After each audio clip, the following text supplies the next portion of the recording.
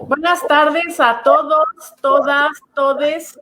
Estamos en este tercer capítulo de la temporada sobre comunicación y salud del Laboratorio de Medios y Opinión Pública.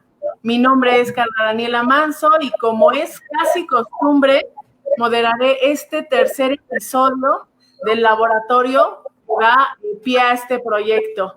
Bueno, pues el capítulo de hoy se titula Apuntes jurídicos en el contexto del COVID-19 y es que en ese mismo sentido los acercamientos a un tema actual, bueno, y por demás trascendentes como lo es la pandemia de COVID-19, pues pueden registrarse desde trincheras que transversalmente van a recorrer rubros como el médico, como el económico, como el social y, por supuesto, bueno, pues el jurídico, ¿no?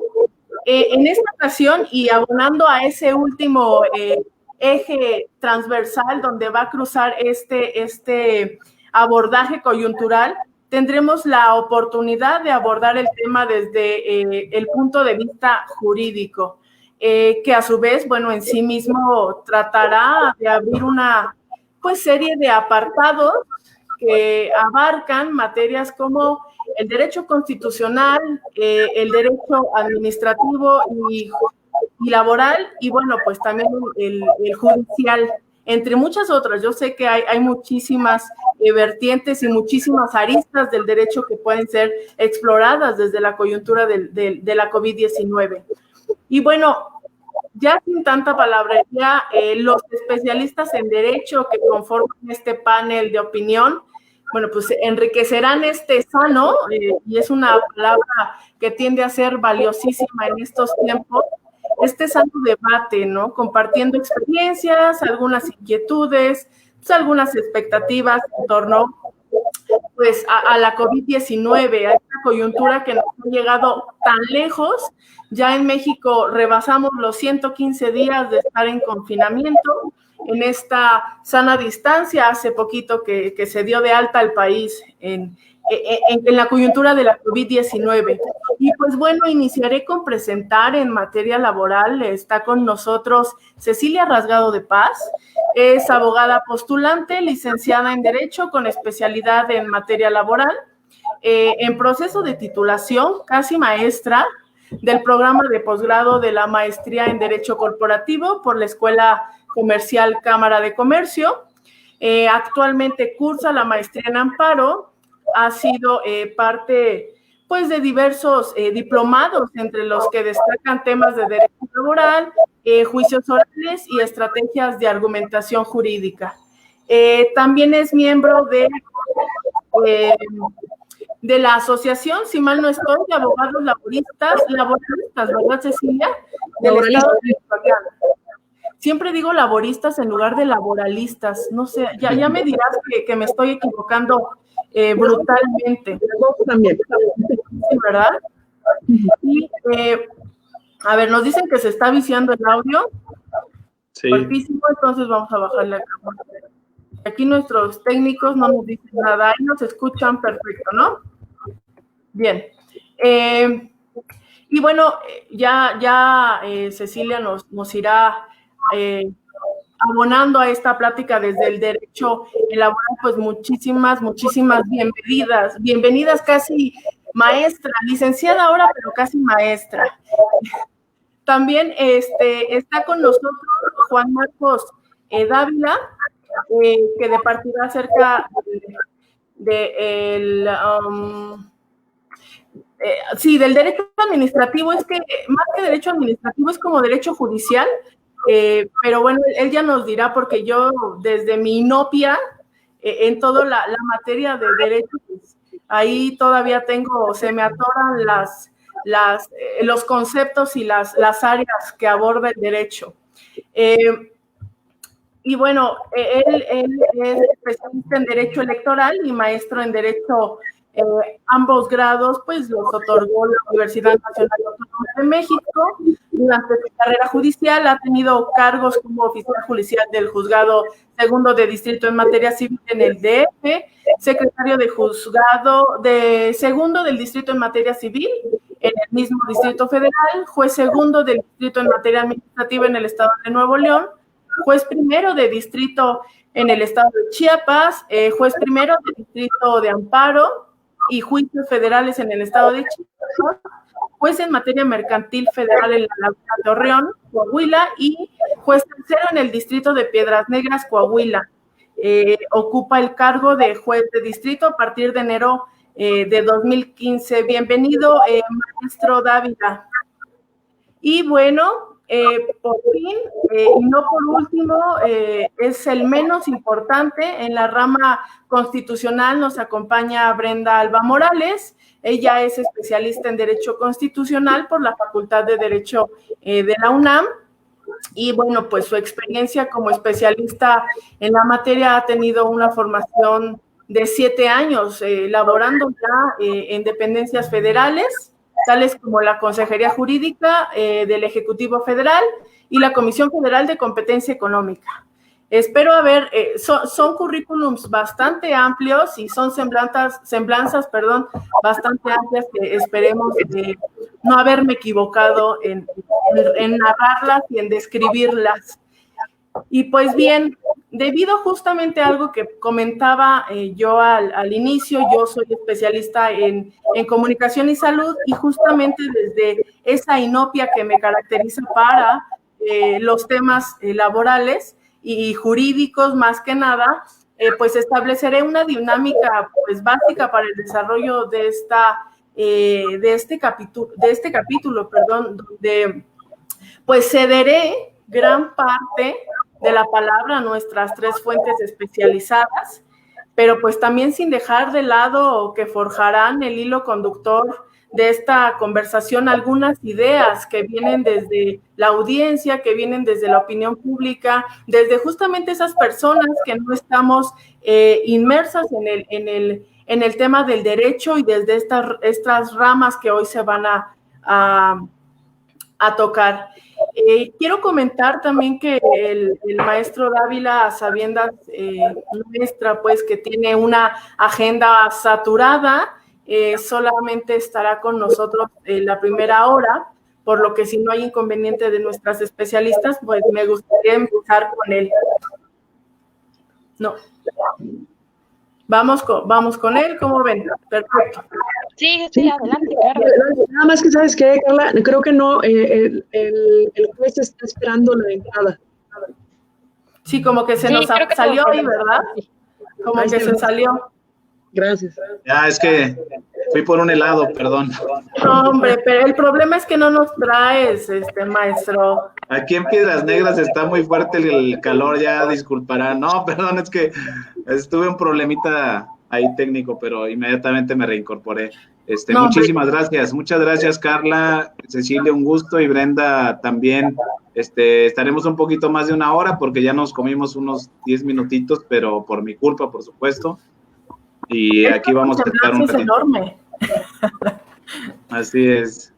Pues justo en esa misma medida es como que vamos a dar pie un poco a tu intervención, ¿no? De entrada, pues gracias por estar departiendo con nosotros sobre esta relación entre las 3 ramas del derecho y la coyuntura pues sanitaria en México y en sí en todo el globo terráqueo, ¿no? Pues bien, un poco el contexto para tu intervención es que si bien hemos estado como al pendiente de las nuevas prácticas en la impartición de justicia, como son las reuniones de Zoom de la Suprema Corte de Justicia de la Nación, o la promoción de juicios mediante un correo electrónico, o incluso ya la disolución de contratos matrimoniales de llamada pues por Skype. Quisiera que nos platicaras, y porque hemos visto, pues te hemos visto mucho en actividad virtual, ¿no? Desde tu posición como juez, desde tu posición como fuente especializada en la impartición de justicia. En cierto modo quisiéramos, y me uno a esto porque yo también lo quisiera saber, que nos platicaras sobre la inserción de la virtualidad en las prácticas jurídicas y administrativas a nivel local y a nivel federal. Ya la semblanza tuya nos dio mucha idea de que tienes una geolocalización absoluta. Has estado en diversas áreas jurídicas y también en diversos estados que pues se relacionan entre sí, tanto que se rigen por una ley federal. Pero es decir, esas prácticas jurídicas a nivel local y federal, la suspensión de recursos, las repercusiones en la dinámica de la administración pública, ¿qué opinión te merece? ¿Cuál es el objetivo primordial de la inserción de la virtualidad en temas, pues en este tema judicial de la impartición de justicia? Por favor. Sí, mira, yo creo que esta dinámica de la virtualidad, como le has denominado, Carla, pues va a seguir incrementándose de manera exponencial. El primer juicio en línea que tuvimos en México, para recordarlo, fue el del Tribunal de Justicia Fiscal y Administrativa, ahora Tribunal de Justicia Administrativa, Tribunal Federal de Justicia Administrativa, en 2011, en agosto, ya va a cumplir 9 años, y todavía no ha despegado del todo. Si ves las estadísticas, ¿me escucho bien o no? Sí, ok. Las estadísticas son cerca de entre 2,000 y 3,000 juicios en línea por año, de un universo de casi 200,000 juicios del Tribunal de Justicia Administrativa. Entonces, es muy poco todavía, a 9 años de que inició el juicio en línea en el tribunal, que era el Tribunal Fiscal, pues todavía estamos viendo, ni siquiera gateando a la criatura. Y desde mi punto de vista, me parece que hay grandes disparidades en el país, grandes y graves disparidades en el país, porque, bueno, conocemos lo que es la brecha digital, pero ya en materia de justicia esto es todavía más preocupante, porque solamente hay 9 estados que pueden llevarse juicios en línea de manera completa. 9 solamente. Los otros, de otros 6 estados, aparte de esos 9, puedes presentar demandas de manera electrónica, pero fuera de ahí se acabó el juicio en línea. Y bueno, y ustedes saben que el Poder Judicial de la Federación acaba de entrar en la dinámica apenas del juicio en línea completo, porque a pesar de que lo teníamos en amparo ya desde hace más de 3 años, ahora se ha extendido a todas las materias y esto apenas tiene unos días de haberse dado. Falta mucho y es un tiempo que nos ha tocado para ver cómo se va a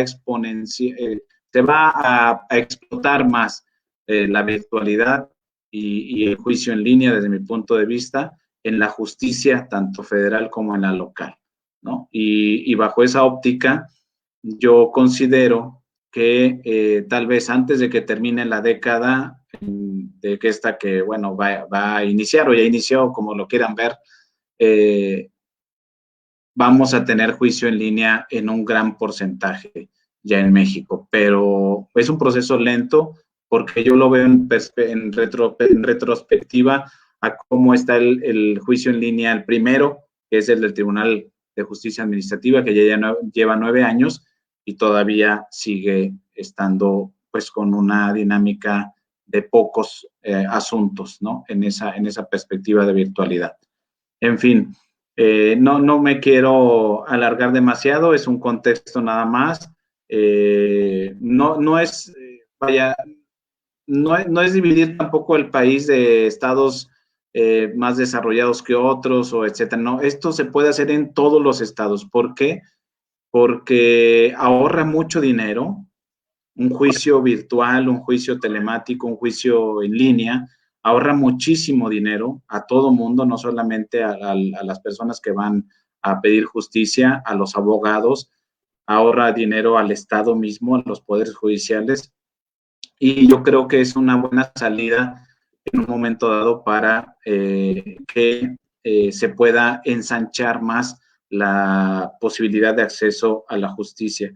No se requiere tampoco grandes cantidades de dinero, como por ejemplo el caso reciente de los juicios orales penales, toda la infraestructura que se tuvo que hacer para tener esos nuevos órganos, que ahora pues viene en lo laboral, ¿no? Ahí Brenda nos hablará a lo mejor de eso, pero viene ahora lo laboral en la oralidad, y yo creo que el juicio en línea pues es absolutamente mucho menor el presupuesto que se tiene que ejercer para que se dé, así que yo creo que es el futuro, y solamente pues ya no más como colofón, por ahí también hay cuestiones de inteligencia artificial, hay unos países muy desarrollados en ese tema.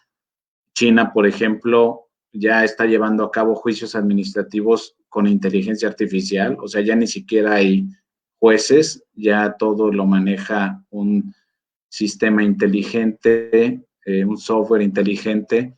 Claro, no estamos hablando de juicios complejos, pero pues sí, por ejemplo, cuestiones de multas o infracciones de vialidad o cuestiones de faltas administrativas leves, pues ya no se están llevando a cabo más que a través de una inteligencia artificial. Y esto no da pie a que pues, nos desaparezcan a los jueces, ¿no? Más bien yo creo que hay que ver en qué medida nos vamos a ir acomodando en esta nueva realidad, y sin duda, pues todos vamos a tener que aprender a utilizar las herramientas de juicio en línea para este decenio que yo creo que ya vamos a despegar, ¿no? En México. Así es, y justamente en ese mismo tenor y la inserción de la virtualidad ya como parte de esta nueva normalidad, ya no es tanto lo que se comentaba al inicio de estas propuestas de cómo reincorporarnos a las labores y a esta vida diaria en virtud de la pandemia, en virtud de que no hay pues hasta ahorita una vacuna, no hay un control como tal, no hay la estrategia de oro para pausar el contagio, para pausar los decesos, para pausar la saturación hospitalaria. Es justamente esto de ir viendo cómo vamos a reincorporarnos o a generar una nueva normalidad. Y aunque, bueno, se nos escuche el de los fierros viejos en la Suprema Corte o aparezcan una serie de eventos desafortunados con reuniones con el Banco de México, pues son estas nuevas formas de ir. Es como un gran laboratorio, yo siempre lo entiendo, un laboratorio donde vas sobre ensayo y error y ya después dejas de tener el error y ya propones sobre eso, ¿no? Ya estas formas de inserción a lo digital, de inserción a las nuevas prácticas de comunicación, a las nuevas prácticas en este caso de impartición de justicia, pues parte de ahora sí que de estarnos equivocando y de dónde le pico, dónde no, dónde sí hay una conexión que se establece bien, dónde dejo de proyectar mi video y así nos vamos a una serie de eventos que siempre van a estar presentes, porque hay un artículo que salió el día de hoy sobre un estudio que hizo la Universidad Hopkins sobre cuánto avanzó la digitalización en esta época, y bueno, pues hablan de que fueron casi 6 años los que se nos adelantaron para estar insertos ya en la virtualidad, que si bien ya era parte pues de muchas de las labores, ahora ya es algo legítimo, ya estamos hacia la legitimación de la virtualidad, ¿no? Pues muchísimas gracias. Vamos a ir, y este va a ser el primer eje conductor de las intervenciones, pero muchísimas gracias, maestro, por esta intervención primaria para dar pie pues a la conversación. Me gustaría, y a reserva de que la especialista Brenda nos diga que ya estamos bien con la conexión, me gustaría pasar con ella. ¿Todo ok, Brenda? Sí, ¿verdad? Ya se congeló. Ya se nos congeló. Espero. Ahí está. Danos una Sí, señal. espero, si no ahorita cambiaré. Como esa canción. Pues bueno, pues en tal sentido abordamos justo... Es que... Pues, ¿ahí sigue? Sí, yo espero que Brenda sí esté bien. No, mejor nos vamos con Cecilia. Dicen que no, que mejor nos vamos con la maestra, licenciada casi maestra. ¿A cuánto estás especialista de ya tener tu grado de maestra? Cuéntanos. 2 mesecitos, pero con este tema igual y ya se retrasa. No, hombre, pues 2 mesecitos nos dijeron hace 6, oye. Exacto, y así vamos de la manita. Y quiero decirte que estoy boicoteando la red de la licenciada Brenda para entrar yo. Ah, bueno. Pues sí, ya. Fíjate que no lo dudaría un poco conociéndote, pero bueno, pues eso ya será de estas prácticas horarias tuyas, ¿verdad? Bueno, y ahora, pues justamente nos saltamos un poco a el derecho constitucional y nos vamos hacia el derecho laboral, nos encarreramos hacia allá como hilo de media. Pues el hilo de esta intervención de la casi maestra Cecilia Rasgado, especialista en derecho laboral, es responder al qué pasa con las prácticas laborales, pues en México, ¿no? Durante pues esta coyuntura epidémica. Y es que hemos sabido de las prácticas político-económicas, por decirlas de algún modo, que han llevado pues países como, países europeos, casi el 100% de Europa ha tenido prácticas laborales pues de apoyo a quien labora, ¿no? Durante esta pandemia se me viene mucho a la mente el caso de España, por ejemplo, donde gran parte de los trabajadores fueron llevados al paro, o bueno, no sé si los trabajadores, la coyuntura los llevó al paro, o fueron los gobiernos que los llevaron al paro para evitar pues una serie de eventos desafortunados mucho más amplios, ¿no? Y es que el ir al paro, al menos en España, representaba que el gobierno español subsidiara, si mal no estoy, el 70% del sueldo, del salario de los empleados, y después el 30% o el porcentaje restante lo asumía pues el empleador, ¿no? Y ya para cubrir pues el total del sueldo del empleado. Esto pues en tal suerte como medida para rescatar pues el posible, diría yo, desplome de la economía tanto de las empresas y no afectar pues la economía del empleado.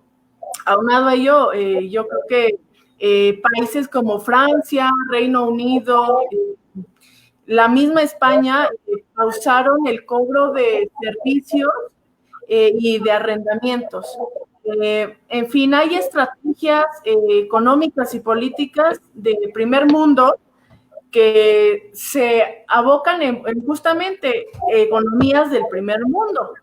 Lastimosamente, y lo digo con mucho dolor, en México pues es totalmente por mucho es opuesto, ¿no? Específicamente en México, pues el grueso de la población económicamente activa pues ha sufrido como pues tanto la pandemia como el padecimiento económico durante casi 115 días que llevamos en confinamiento. Y lo va a seguir padeciendo. O sea, las proyecciones que tenemos son desafortunadamente devastadoras y malísimas. Nos dicen que tal vez hasta fin de año haya una recuperación económica, tal vez más adelante. No solo ha sido la pérdida de empleos y el cierre pues, forzoso de establecimientos comerciales, micro y pequeñas empresas, ¿no? Que posiblemente no vuelvan a abrir, sino que pues seguirán con pues sí, quienes seguían con un trabajo experimentaron como esa práctica de sí estás contratado, pero pues no con tu salario completo, ¿no? Te vamos a recortar el 30% o el 50%, y en esa misma medida, pero no había la reducción de gastos, ¿no? No hubo una condonación de servicios, tampoco hay seguros de desempleos, no hubo una promoción del subsidio, ni de los empleadores ni del Estado. Entonces, estimada Cecilia Rasgado de Paz, especialista en derecho laboral, ¿hay o no una estrategia política económica? ¿Hay o no un derecho pues que sea coartado en esta crisis sanitaria? ¿Qué pasa con el derecho laboral y qué pasa con los despidos? ¿Qué pasa si alguien te despide por esta coyuntura sin tener alguna necesidad primaria? Carla, bueno, mira, me das unos referentes internacionales bárbaros que cuando me dices cuál es el apoyo que dio el gobierno, pues yo me referiría al gobierno federal, pues impulsa un programa de préstamos a la palabra para mitigar las pérdidas en el sector económico de 25,000 pesos. Entonces ya con eso te digo que definitivamente no podemos combatir con las estrategias de los gobiernos internacionales, porque la verdad estamos así, o sea, estamos muy alejados de lo que es la realidad.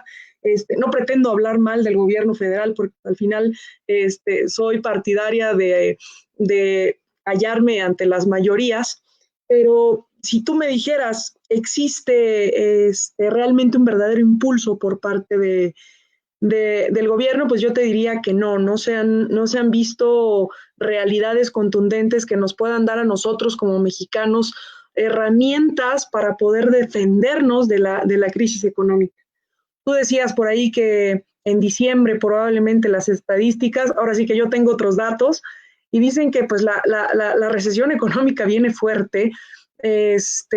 Probablemente algunos especialistas hablan de 2 años para empezar a ver la luz en este sentido. En cuanto a los tribunales, las juntas de conciliación y arbitraje, pues están variando cuándo van a regresar a las labores, no saben todavía cómo van a regresar.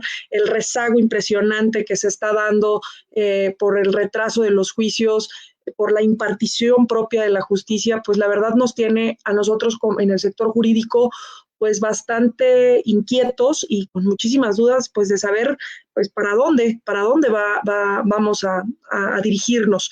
La Junta, todo el mundo sabe que los juicios laborales son muy tardados, muy tardados.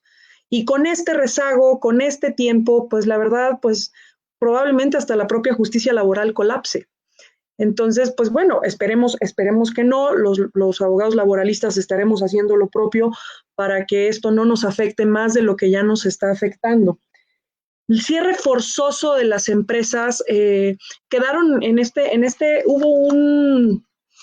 no fue claro el gobierno en muchas cosas. Yo siempre he sostenido que, de hecho, sí estábamos en una contingencia.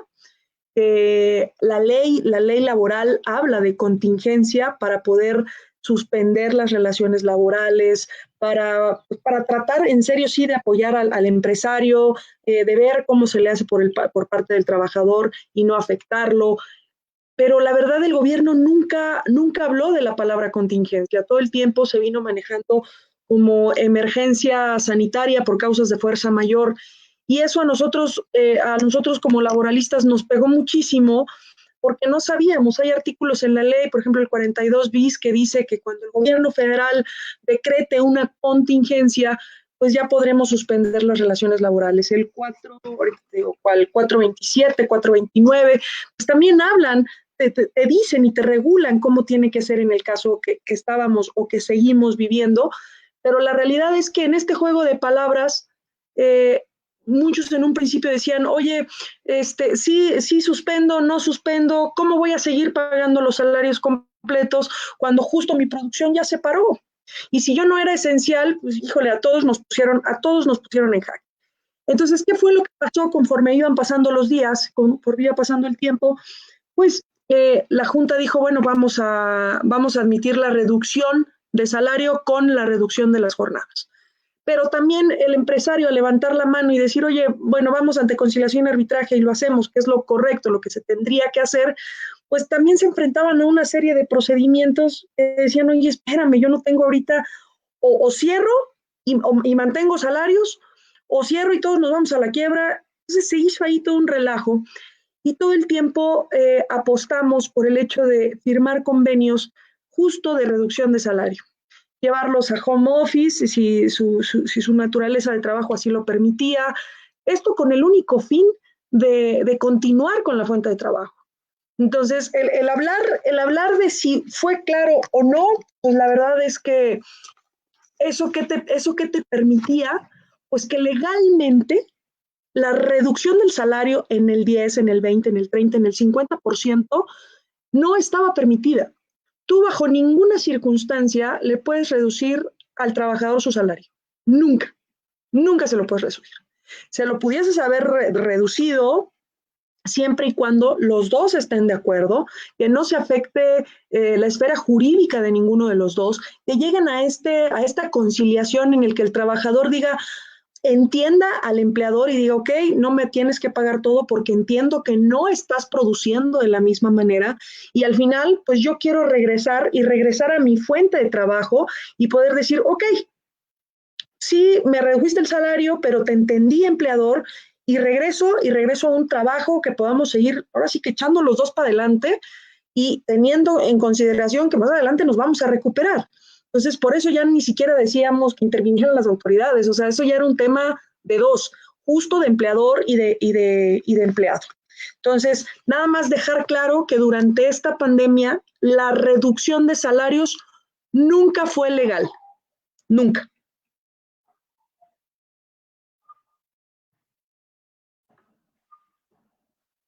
Listo.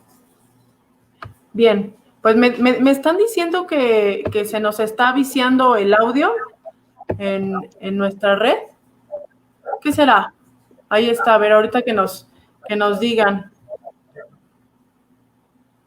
A ver, ahí ya tal parece que quien nos escucha está diciendo que ya se nos lee bien, se nos escucha bastante bien. ¿Nuestros panelistas nos escuchan bien? Sí. Sí, ¿verdad? Perfecto. Y pues sí, en ese mismo sentido, y bien apunta nuestra especialista, pues hubo una serie pues de eventos desafortunados, ¿no? Muchísimas gracias, Cecilia, por esa pues explícita punto de vista que yo creo que bastantes tenemos, ¿no? Y que bastantes partimos de ella. Y bueno, pues ahora sí ya hay conexión idónea, conexión idónea con la especialista Brenda Alba. Ella es especialista en Derecho Constitucional. Y bueno, la Carta Magna, ¿no? La Constitución Política de los Estados Unidos Mexicanos, esa que nos ponían a leer los que no éramos adictos a la jurisprudencia, pues siempre nos daban el cuadernillo chiquito para aprendértelo en tus clases de civismo, ¿no? Y bueno, pues resulta que hay una especialista que nos acompaña el día de hoy, que no solamente se aprendió la Constitución, sino que duerme con ella bajo la almohada. Y ella dice, no tanto, no me quemes, oye. Ella es Brenda Alba. Muchas gracias pues por estar aquí. Ya habíamos echado pláticas anteriormente sobre las ganas que teníamos que estuvieras aquí porque pues ya pareciera que a la Constitución Política de nuestros gloriosos Estados Unidos mexicanos pues no anda ahí por todos lados y muchas veces sale en todo y los mexicanos de a pie y el Vox Populi pues no entendemos como por qué, y para eso estás aquí. Y es que en esta coyuntura pues hemos visto que la actuación de los estados y en sí, pues, de la federación, que es de todo el país, pues ha recurrido pues a la Constitución en diversas circunstancias, pero en esta coyuntura ha sido más. Y en ese mismo tenor quisiera yo que partieras tu intervención de por qué la Carta Magna, por qué la Constitución Política ha servido como marco jurídico y tal cual, tanto como a las autoridades correspondientes que han tenido a bien o a mal, no lo sé ahí, ya tú como especialista nos dirás, en aplicarla en ciertas, en ciertas, ¿cómo decirlo? En ciertos proyectos, en ciertos planes para abordar la coyuntura política, sanitaria en México, y cómo ha sido ese abordaje. Tú andas tu experiencia laboral y tu actual desempeño académico, pues anda muy metido, muy especializado en este tema. Entonces, quisiéramos saber qué pasa con la Constitución en este proceso coyuntural en México. Bueno, pues en principio yo creo que para todos aquellos que no se dedican a ejercer el derecho, partimos del hecho de que nuestra norma máxima, y no solamente hoy en día en las actividades que generan las autoridades administrativas jurisdiccionales, siempre va a ser la base, la Constitución. De ahí partimos y de ahí deben de partir las autoridades.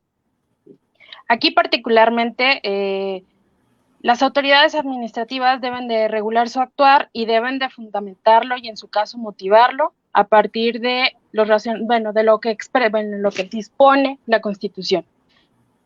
Durante la pandemia hemos escuchado las facultades que tiene la Federación, las facultades que tienen, por otro lado, los estados, y esta parte de reclamo, ¿por qué la Federación hace esto y no los estados? ¿Por qué los estados están inmiscuyéndose en las facultades de la Federación? Pero también es cierto, también debe tomarse en cuenta que el propio texto constitucional en materia de salud les da esta oportunidad de una, por así llamarlo, colaboración entre ellas. Es una materia concurrente, así lo señala la Constitución en su artículo 4, párrafo 4, en donde se regula el derecho a la salud. Esta disposición constitucional es la base para que las autoridades, tanto federales como locales, actúen en manera de coordinación en este sector. No quiero tampoco meterme un poquito más porque hay diversas facultades de coordinación, de concurrencia. Aquí en específico quiero que quede claro que es una facultad concurrente. Por su parte, este artículo nos remite a otro del mismo texto constitucional, que es el artículo 73, en la fracción 16, en donde establece cuáles son las facultades del Congreso de la Unión en la emisión de normas en materia de salubridad general. Aquí aparece en el punto 1A la figura del Consejo de Salubridad General. Desde aquí te parte la base y establece que serán la autoridad que dependerá directamente del presidente de la República, sin intervención de ninguna Secretaría de Estado, y sus disposiciones generales serán obligatorias en el país. Esto es, el Consejo de Seguridad es quien marca la pauta para todas las acciones que se están realizando hoy en día en la toma de decisiones que deben, bueno, no en la toma de decisiones, sino en la toma de acciones que deben de tener los estados. Y será a partir de aquí que tendrán que ejercer sus acciones para la prevención y mitigación del mismo contagio. En esta parte, yo creo que la ley general, la Constitución, una vez que establece las directrices de cómo deberá conducirse tanto las autoridades federales como las autoridades locales, te remiten ahora sí a una ley secundaria, que en este caso es la Ley General de Salud.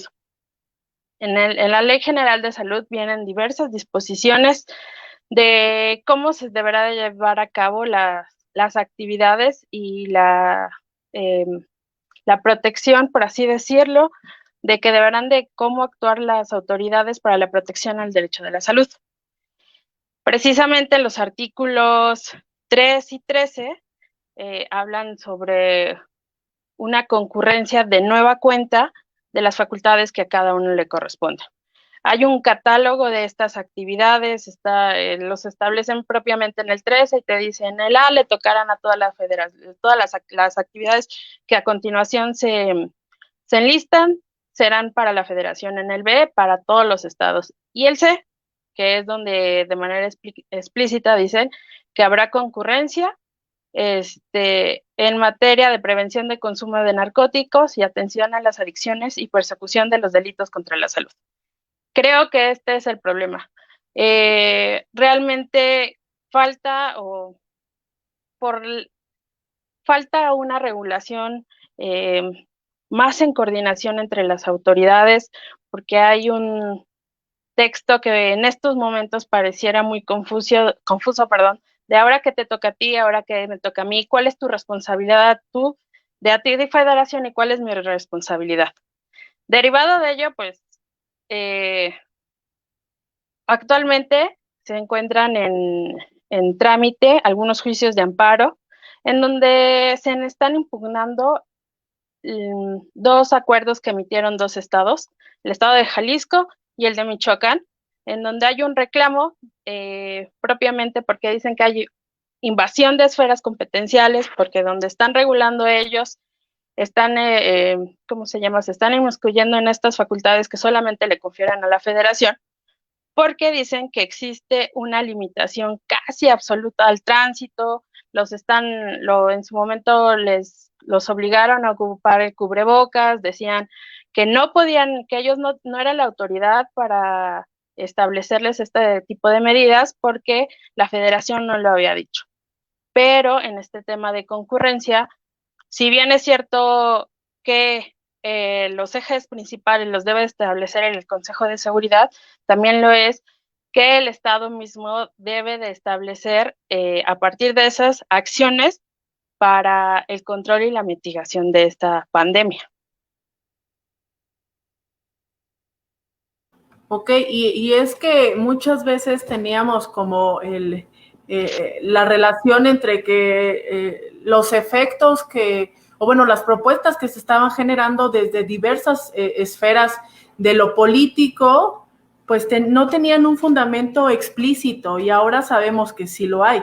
Ellos lo saben más que nosotros, claro, seguramente, ¿no? Y que parte de ahí. Pero justamente para el Vox Populi, mucho era el común denominador de no se sabe qué se está haciendo, no se sabe cómo se está interviniendo, no hay una estrategia, no hay un abordaje idóneo, ¿no? Entonces, es importante también para quienes nos están escuchando, que están alejados de la esfera jurídica y en todas las ramas que convergen en ella, pues que hay, todo nace de algo y ese algo es la Constitución política que ha tenido en 1000 reformas, las cuales no desconozco al dedillo, pero que van formulando el actuar político, económico, social de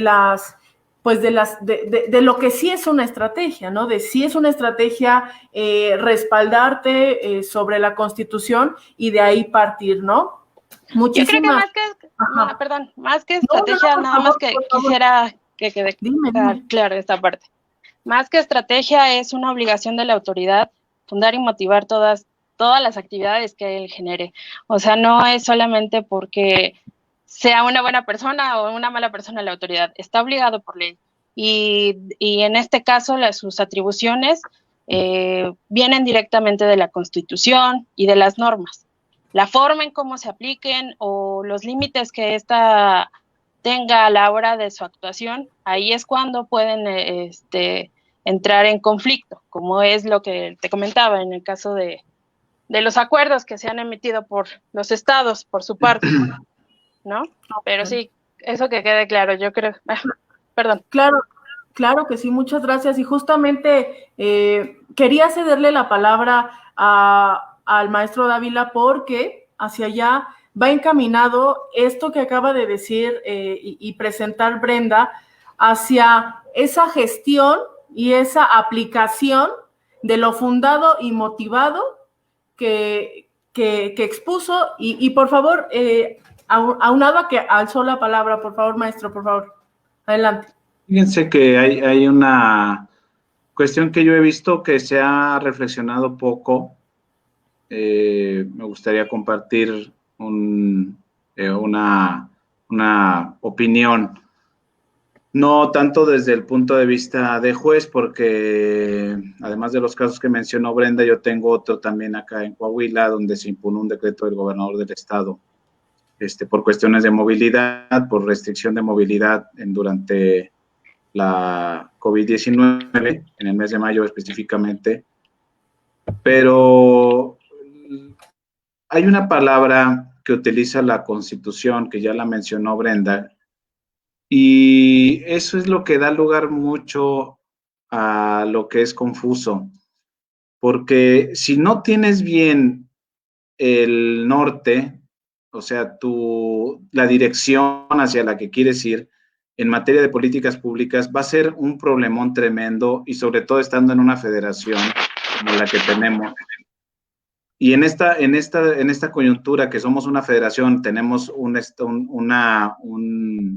instancias federales e instancias estatales, cada quien va a jalar para su lado, y es lo que ha sucedido desafortunadamente. Entonces, me parece que la Constitución tiene una oportunidad de poner pues una forma de directriz mucho más clara acerca de quién va a llevar la mano en este tema de las pandemias, ¿no? Desafortunadamente nos han dicho ya muchos epidemiólogos que no va a ser la última. Digo, el H1N1 fue hace muy poquito tiempo, o sea, recordemos, todos lo vivimos, ¿no? Unos más jóvenes que otros, pero lo vivimos al final de cuentas. Tengo alumnos que lo vivieron cuando estaban en primaria, yo ya estaba en el Tribunal Electoral, pero al final de cuentas, pues lo vivimos cada quien en su propia perspectiva. Y el H1N1 no fue hace mucho tiempo, y ahorita ya tenemos la COVID-19, y en unos 5 años o 6 o no sé cuántos, quién sabe qué vaya a haber. Pero si seguimos con ese sistema de concurrencia entre federación y estados, nadie va a tener la dirección clara y precisa de hacia dónde se tiene que dirigir este país de 127 millones de personas, ¿no? Y desafortunadamente para mí la lección de esto que acaba de suceder en 2020 en México es que la Constitución en este punto sí requiere una reforma, sí se necesita una reforma, porque se necesita claridad, y la claridad nada más la va a dar en un momento dado la propia Constitución, y no medio galimatías de que la federación tiene un consejo de salubridad y los estados tienen sus propios consejos o comités de salud, y el gobernador puede emitir un decreto, y al rato el presidente municipal ya anda restringiendo los famosos toques de queda que se dieron ahí en marzo, no sé si recuerdan, de nadie sale a partir de las 8 de la noche, o sea, cosas de esas que se fueron dando porque no hay claridad, no hay una directriz, y la misma Constitución, desde mi punto de vista, es la que está provocando estas situaciones. Entonces, más bien aprovechándome del punto que tocó Brenda, la reflexión que yo he tenido a lo largo de estos meses es que sí necesitamos una reforma constitucional que nos diga a todos estos tantos millones de personas en este país: oye, mira, ¿sabes qué? El que te va a decir cómo te vas a comportar en este tipo de casos es él, o es ella, o es tal institución, o es tal, y todos nos vamos a regir por esa política de Estado. Pero mientras estemos como estamos ahorita, híjole, sí, no vamos a tener éxito. Vean simplemente, algunos me dirán, es que Alemania mira cómo es un estado federado y ve cómo pues ha salido adelante y es un ejemplo mundial, etcétera. Sí, ok, siempre y cuando pues haya una unanimidad de criterio, ¿no? O un criterio mayoritario. digo, ahorita pues vemos cómo hubo un rebrote en una empresa, en un estado, allá en Alemania, inmediatamente confinaron el estado, inmediatamente. Pero bueno, pues es que ese tipo de cuestiones también te permiten actuar focalizadamente, ¿no? Y cosa que no lo hicimos aquí, no actuamos ni focalizados, no actuamos ni de manera uniforme, y yo creo que pues ahí hay una beta importante de un estudio que se debe de hacer, una reflexión académica y también en los tribunales, y ahora con estos amparos que dijo Brenda, que tenemos para ir sacando algunas interpretaciones acerca de cuál sería un mejor papel, ¿no?, a desempeñar desde esta óptica. Yo creo que sí existe en nuestro país un marco normativo vasto. Como usted bien lo decía, juez, yo creo que es un tema de interpretación, quizá no tanto de claridad, sino de la interpretación que nosotros les damos, porque si tomamos como referencia cómo actúa Alemania, pues Brenda no me dejará mentir, la Constitución de Alemania es una copia de la Constitución de México. O sea, es la copia. México sale de su Constitución y la replica Alemania. Entonces, somos los primeros, y siempre lo he dicho en varios lados, que nosotros como país somos los primeros, somos pioneros inclusive en dictar leyes sociales, derechos humanos. Digo, bien, me queda claro que en el 2011, a causa del caso de Radilla Rendón, pero vienen muchos, yo creo que sí tenemos ley, yo creo que sí tenemos normatividad, pero también somos de los primeros que no la aplicamos como debe de ser. Y me baso nada más justo en este juego de palabras, en esta que se mete la política y tratan de buscarle el lado para decir, me voy a regresar a la palabra, no es contingencia, es emergencia sanitaria. Entonces ya con eso bloqueo todo lo que tengo que hacer en cuanto a legislación laboral. Entonces yo creo que a veces abusamos de lo astutos que llegan a ser los que están alrededor de los tres poderes, porque malinterpretamos o interpretamos a nuestra conveniencia. Y si a eso le damos el lastre de la corrupción que existe, estamos atorados. O sea, yo apelaría, por supuesto, ustedes como expertos que saben las reformas que se requieren, usted como impartidor de justicia, Brenda como constitucionalista, pues digo, ahí sí yo no podría hablar porque no soy experta específicamente en temas constitucionales, pero como bien dice, de ahí parte todo. Y yo creo que normas y yo creo que leyes sí tenemos. Lo que no tenemos es la capacidad de implementarlas como tienen que ser. Yo creo que una parte de, perdón, toma la palabra, perdón. Una parte de estas situaciones es la falta de, no aprendimos de la pandemia a la que hacía referencia el señor juez, ¿no? No entendimos que en ese momento hubo complicaciones, tal vez no estaba tan polarizado el país, pero sí faltaban estas directrices un poquito más específicas. Derivado de la polarización que hoy en día se vive en el país, el derecho, en vez de ser derecho, parece política, ¿no? Y se les olvida a los gobernantes, ya sea federales, locales o municipales, que ellos deben de atender a proteger los derechos de los ciudadanos. Entonces, de nada nos está sirviendo, oye, te toca a ti federación, oye, es tu culpa federación, o es tu culpa estado, tú no lo hiciste y lo tenías que haber hecho, ¿no? Son situaciones, aun cuando el derecho debería de ser cambiante y que solventara las situaciones particulares que se están viviendo, bueno, no particulares, pero sí solventara estas situaciones de emergencia, no lo está haciendo, pero yo creo que por una aplicación conforme de quien la está haciendo. Eso es mi opinión. Ok, ¿qué opiniones tan interesantes y tan virtuosas por parte de nuestros especialistas y también que se suman a a la construcción de la opinión pública. Yo casi siempre o en la totalidad de mis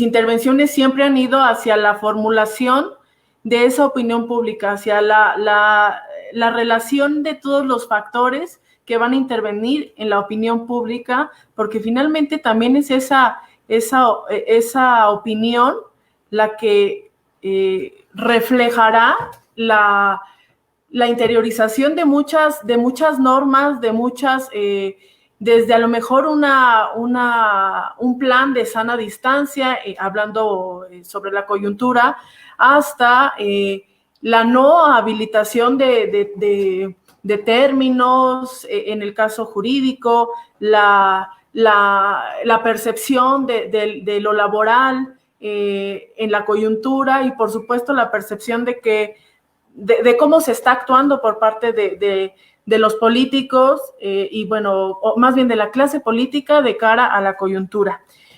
Y es justamente, quisiera yo que interviniera aquí el maestro para retomar un poquito sobre esto que es como el nuevo orden mundial dentro de la virtualidad. Y es que al inicio de la intervención se dejó como un pequeño hilito ahí del cual se van a ir tejiendo nuevas estrategias, nuevas formas para la impartición de juicios, para la impartición de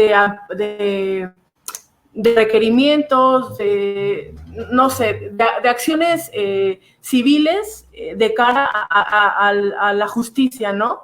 Y es que justamente la administración pública, esta que es en línea, no es nueva, que ha llevado muchísimo tiempo de generar trámites en línea, de generar citas en línea, de generar algún oficio en línea, ya se traslada a cómo se está actuando, ¿no? Entonces, de cara a esa nueva actuación, de cara a la experiencia que está formulando, estamos frente a una posibilidad no de reinventar, sino de reubicar la gestión pública. Estamos hablando de nuevos modelos de gestión. ¿Qué tanto desde las posturas laborales y de las experiencias que ha tenido usted como fuente especializada en el tema de justicia, en el tema judicial y de administrativo, nos deja esto, ¿no? Encauzarnos hacia lo en línea y hacia este nuevo modelo de gestión pública virtual? Pues mira, yo veo que es ya indispensable ir transitando con mayor vehemencia hacia el modelo de gestión virtual, hacia una administración pública y sobre no federal, sino también estatal y municipal, donde tú puedas hacer trámites desde tu casa, porque esto permite la universalidad del ejercicio de los derechos, ¿sí?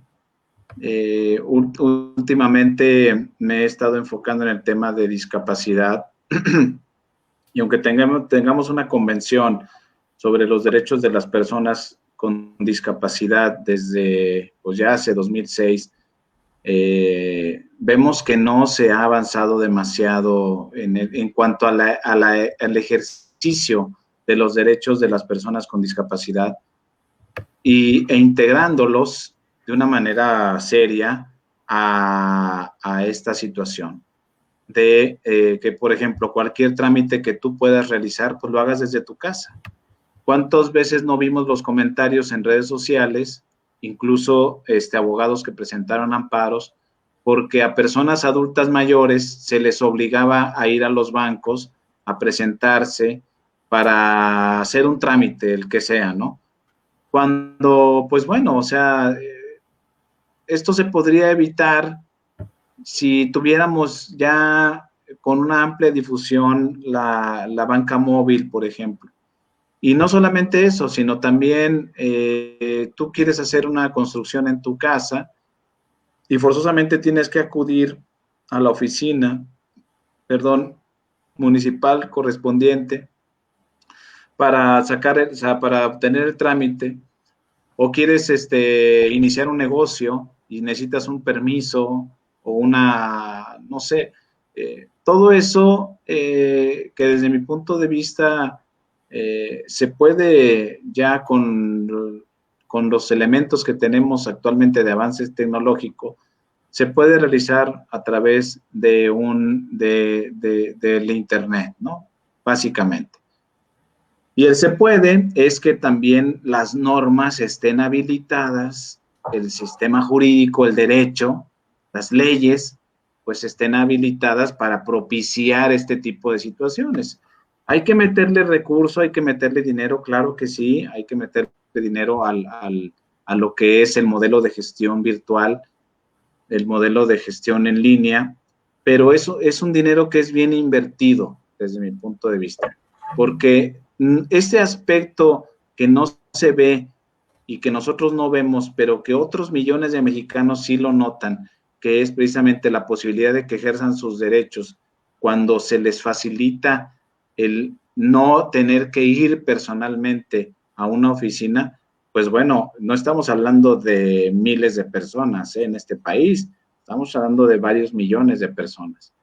E incluso, también propiciar que la interculturalidad permee en este tipo de trámites, porque hay personas migrantes, por ejemplo, que a lo mejor no hablan español, personas de comunidades indígenas que no tienen el conocimiento del idioma que manejamos la mayoría, pero que sí es necesario también que haya con esta posibilidad de que se vayan integrando y se vayan cerrando, vuelvo a insistir, se vayan cerrando las brechas tan graves que tenemos de desigualdad, y no solamente de desigualdad digital, si pues hablamos de desigualdad económica, esto que acaba de suceder o que está sucediendo todavía nos va a dejar mucho peor de lo que estábamos.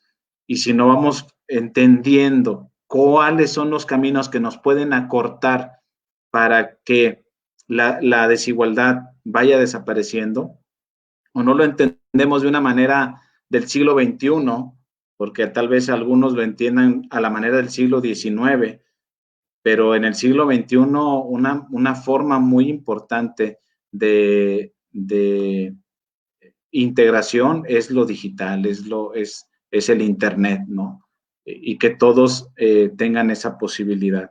Entonces, uno es aplicar recursos, que me parece que es dinero bien invertido, y la segunda cuestión es hacer una revolución jurídica, una revolución en las leyes, para que se propicie desde la ley que las autoridades pues vayan caminando hacia un modelo distinto de gestión de la administración pública.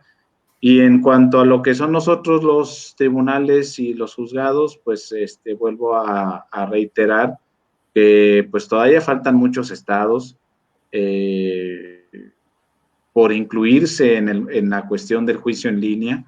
Entonces, pues también llamar la atención a qué tanta posibilidad existe de obligarlos para que lo hagan, ¿no? Porque por ahí se empezaron a surgir reflexiones de, oye, ¿y cómo le hacemos para que el estado en el que yo estoy, que no tiene juicio en línea, pues como que le vaya echando ganitas y lo obliguemos a que lo propicie, a que lo vaya, le vaya metiendo acelerador, ¿no? Y yo creo que ese tipo de reflexiones son importantes. ¿Cuáles serían los medios legales, los medios jurídicos para lograr eso? Pues bueno, no voy a mencionarlos, pero ahí están a disposición, y me parece que desde un enfoque de progresividad, de universalidad, de interdependencia, de todos los derechos humanos que están inmiscuidos con el acceso a la justicia, pues son muchísimos. O sea, tú accedes a un tribunal y eso te permite en un momento dado ejercicio de un derecho fundamental. Pero si ni siquiera puedes acceder al tribunal, entonces, ¿dónde quedan tus derechos humanos, tus derechos fundamentales? Pues ahí, suspendidos de manera indefinida, ¿no? Como me parece que está sucediendo dramáticamente ahorita en algunas entidades federativas, ¿no? Así que, pues bueno, si hay esa posibilidad de que alguien reflexione y vea cómo puede ayudar a su comunidad, obligando a la autoridad estatal a que implemente los juicios en línea, pues sería algo muy benéfico en esta época precisamente. Así es, hoy se escucha un eco, una descripción bastante copiosa sobre esa, y progresiva, progresista más bien sobre lo particular. Me parece que el origen de ciertas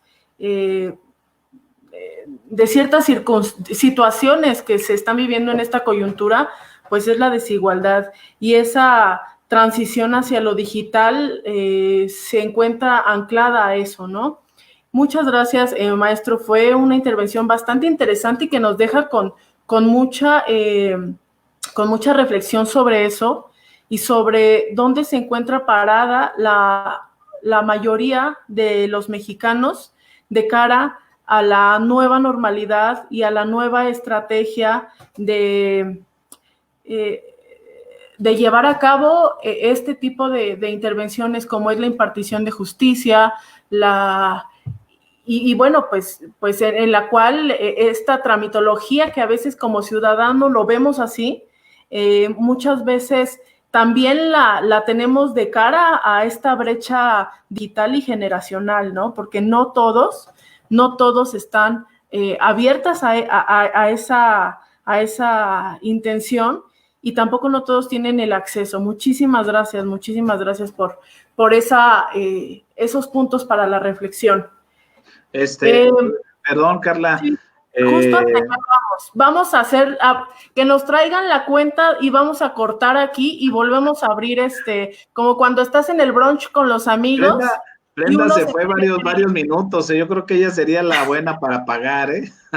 Sí, aquí ¿quién va a dar el 10% de la propina y todo? Vamos a hacer un corte de cuenta y abrimos la segunda, ¿no?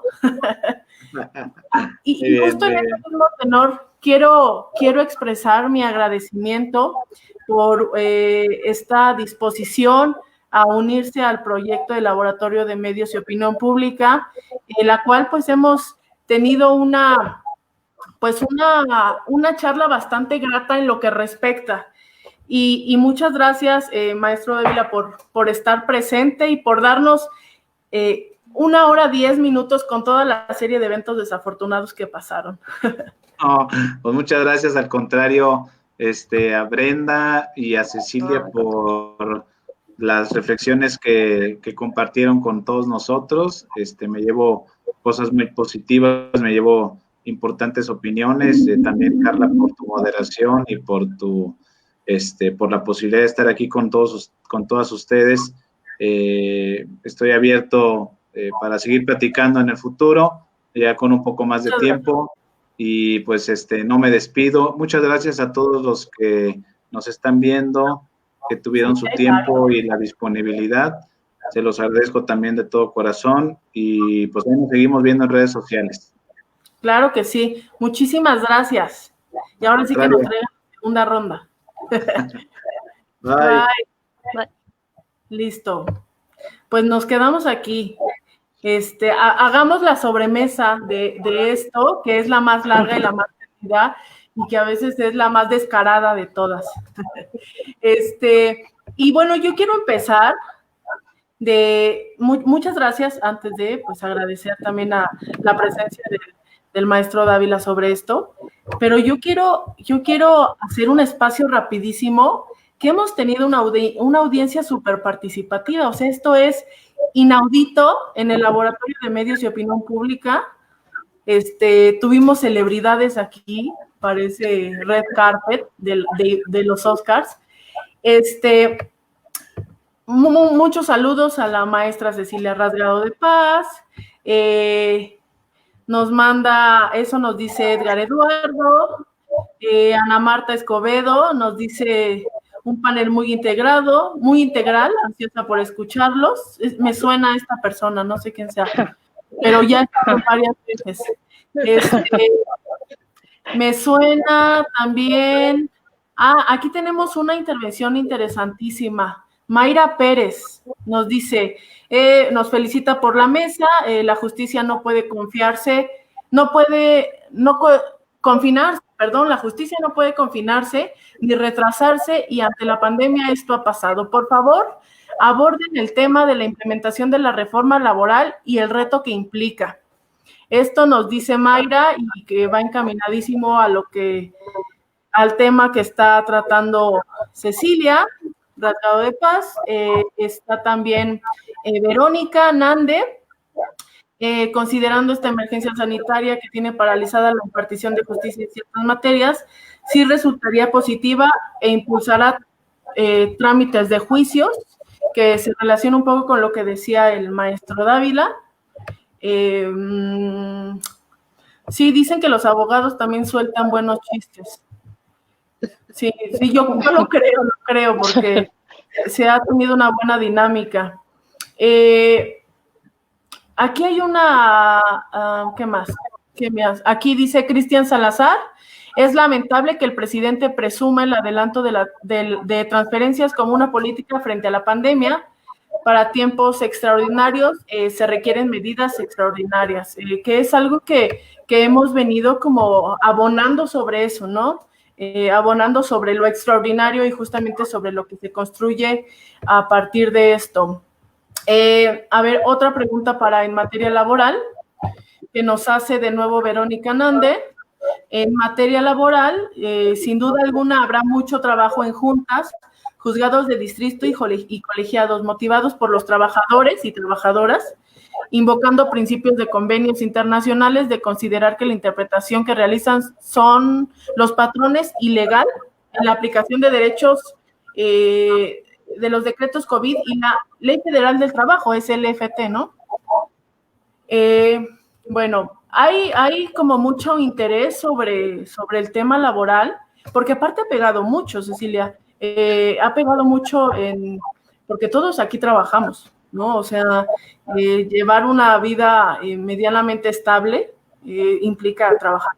Y bueno, pues ha habido una serie de desfortunos sobre las personas que mucho tenían que ver dos cosas. Sobre el mercado, que es el comercio de tiendas, de productos de primera necesidad, más bien de segunda necesidad, porque los de primera necesidad siempre estuvieron activos, pero de segunda necesidad como la ropa, como la venta de libros, en fin, venta de muebles, que mucho el mexicano se dedica a la manufactura, pero también afectó mucho esta coyuntura y va a seguir afectando a aquellos que están en la microempresa, en la pequeña y mediana empresa.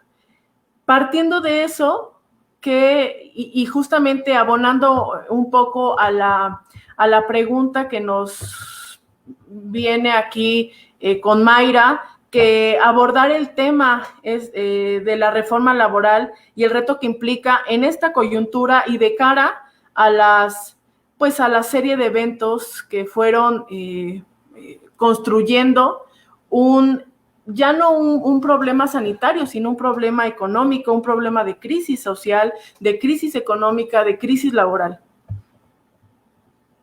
En el tema de la reforma laboral, sí se publicó en el 2019, el 1 de mayo del 2019, y ya es un texto que está vigente, ¿sí? Porque también esas habían sido muchas de las dudas.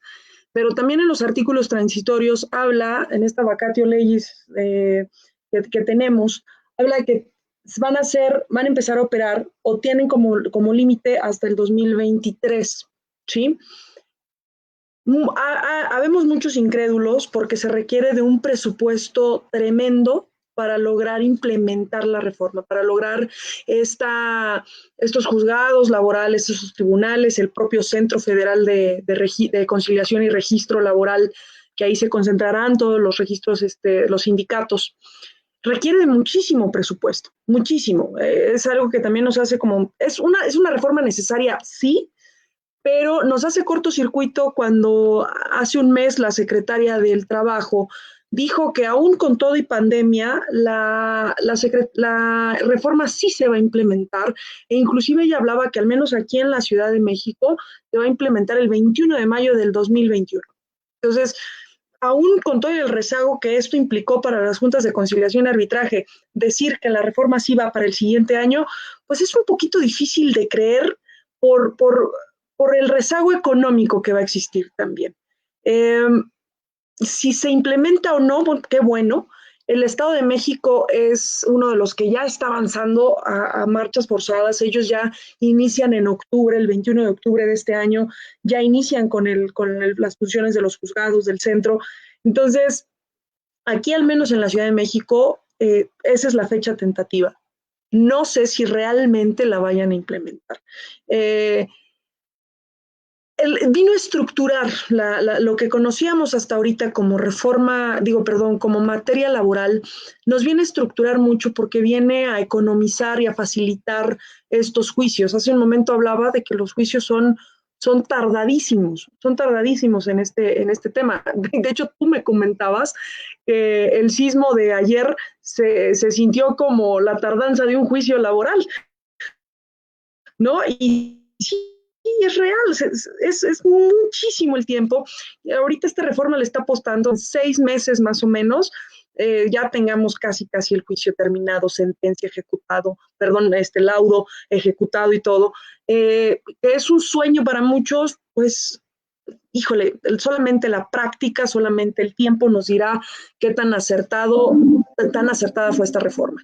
En mi opinión, la reforma sí se necesitaba. La reforma, como está estructurada, a mí sí me gusta, que privilegie la oralidad. Yo nunca he entendido el principio, yo no entiendo la oralidad como un principio, sino lo entiendo como una característica. Entonces, el estar ya agilizando mediante la característica de la oralidad los juicios, pues yo creo que va a ayudar mucho ante la presencia real del juez de lo laboral, pues va a estar muy, muy interesante. Entonces, habrá que ver, habrá que esperar. Estaría muy rico que existiera otro panel para poder hablar de la materia, de la reforma una vez implementada, al menos aquí en la Ciudad de México, pues para ver pros y contras de todo esto. Entonces, sí nos ha venido a sacudir esta pandemia nos sacude a todos en general. Se hablaba de que la pandemia, pues no había ningún distingo social, lo que nos vino es a dar una sacudida a todos como seres humanos, en el sentido de, a ver, o te ajustas o te ajustas, ¿no? Porque esto va a cambiar. El gobierno federal justo habla de la nueva normalidad. Muchos seguimos descubriendo o tratando de ver qué es la nueva normalidad. Por lo menos en materia laboral habla de la nueva normalidad, entendiéndola como el retorno a las actividades, cómo tienen que regresar a trabajar mediante estos lineamientos técnicos de retorno al trabajo, qué pasos debemos de seguir, y ha sido gradual esta esencia, pero nos hemos encontrado también pues muchos patrones que han abusado. Sí es cierto que tendría que haber una empatía en cuanto a la reducción de los salarios, ¿no? Una empatía de ambos, pero también nos hemos encontrado un sector en el que está abusando y dice, ¿sabes qué? Yo ya tenía todas las ganas de correr a este chico, y pues con la pandemia me voy a agarrar y voy a decirle que no tengo lana. Entonces, pues evidentemente son actos que no van, son actos ilegales por donde los quieras ver, pero pues vamos a ver qué nos depara, pero solamente eso lo dirá el tiempo, no lo que está plasmado en la ley, porque ya nos dimos cuenta que la ley la interpretamos, o los que nos gobiernan la interpretan a un modo de verse ellos beneficiados y no realmente nosotros como ciudadanos. Así es, esa relación entre lo que propicia la pandemia el brote epidémico para poder desarrollar pues algunos actos poco, no sé, no quiero hablar de morales, pero poco, poco humanos. Digo, aunque también si nos metemos a situaciones filosóficas, pues ahí también hay una interpelación sobre eso, ¿no? Pero sí esto que tú decías sobre qué es lo que cae como anillo al dedo a qué, ¿no? Agarrando un poco el discurso de fuentes oficiales sobre esta pandemia nos cae como anillo al dedo, y para el derecho laboral y para las relaciones laborales, pues en muchos de los casos sí fue así. Muchas gracias por esa intervención, ya iremos ahí como dándole más candela un poquito sobre eso. Y hay una felicitación o una coincidencia hacia Brenda. No debemos, nos dice Mirrahin, que licenciada Brenda, excelente postura, no debemos dejar de observar que la Constitución es la columna vertebral de nuestro derecho. Como siempre, antes de iniciar un argumento debemos tomar en cuenta las bases de la argumentación y en este caso el fundamentar la actuación y nuestro dicho, excelente participación. Y justamente en ese mismo sentido hay aquí otra intervención que también se relaciona con lo que dijo Brenda. La política no debería intervenir en el ámbito jurídico, sin embargo, desafortunadamente es así y por ende los marcos normativos se convierten en rehenes de los gobernantes en turno. Qué impresión eso, rehenes de los gobernantes en turno, porque es muy violento, pero es muy real. Brenda, por favor, en esa parte, ¿qué opinas? El marco normativo como rehén de los gobiernos en turno. Yo creo que lamentablemente en este tema de qué partido político está a la cabeza, la necesidad del partido que es la oposición es lastimarlo, dañar la imagen, golpearlo y en muchos casos, en vez de aportar una solución, solamente son los ataques directamente. ¿Qué creo yo? Yo creo que estamos viviendo ahorita, en este momento, una situación muy complicada como sociedad. Ninguna de las autoridades, ni administrativas, ni jurisdiccionales, ni nosotros como ciudadanía esperábamos un confinamiento tan largo, en donde pareciera que de repente se pierde la visión, que no saben qué hacer, y nosotros como gobernados tampoco sabemos cómo actuar. Las leyes a veces se quedan un poquito obsoletas a estas necesidades porque nuestra sociedad va cambiando, este dinamismo que presentamos, y las leyes no van en este carril, en este camino, ¿no? Pero eso lo hace más complicado cuando la autoridad pretende manejar, o como lo señalaban hace rato, pareciera que hacen esta interpretación a modo, sin completamente desfigurando la figura jurídica que está establecida en una disposición legal. Lamentablemente, algunas de las autoridades sí hacen rehenes de estas disposiciones y las hacen a modo.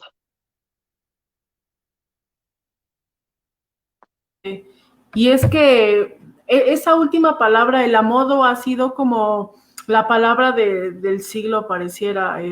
Esta generación, y aunque hace rato, Brenda, me decías un poco de que no es tanto estratégica, sino que es de derecho y de apego a las normas, la relación que se establece ya entre lo político y entre lo jurídico, eso sí es estratégico, eso sí es una estrategia tal cual y de muchísimos años de gobiernos, ya sea del partido que fuere, es una relación que va muy de la mano, es casi como la intervención del huevo y la gallina, ¿no? Es algo que genera en cierta medida ejemplos y modelos de gobernanza política y de gobernanza en torno a la interpretación de una constitución. Si bien no puede ser una interpretación equívoca, porque es sujeta a ciertas consideraciones y es apartidista también.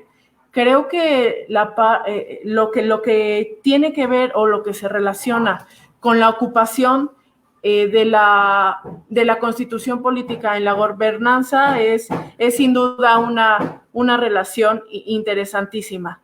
¿Qué más nos dicen por acá?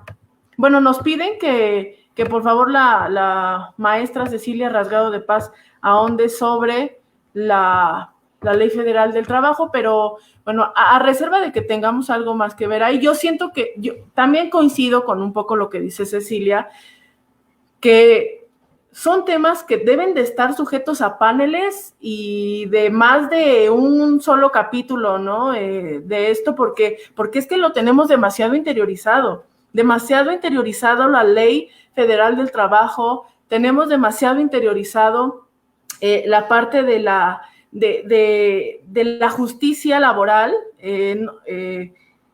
y creo que también parte de eso es un poco lo que decía, y haciendo apología a lo que comentaba el maestro Dávila, una apología a la desigualdad, porque también lo laboral tiene un origen desafortunado en la desigualdad, porque hay personas que no tuvieron no tuvieron afectación alguna en su salario ni en sus puestos en esta coyuntura epidémica, pero la gran mayoría, aunque suene muy retórico y muy redundante, pero es una expresión válida, la gran mayoría sí tuvo esa repercusión, ya sea por sus empleadores y ya sea por, pues incluso el mismo mercado en el que estaban elaborando, ¿no? Que mucho es de lo informal. La base económica mexicana es más del 60% es una base informal, entonces, claro que sí va a haber una repercusión ahí. También nos preguntan sobre la relación, ¿qué hago si mi patrón me deja, ¿cómo es?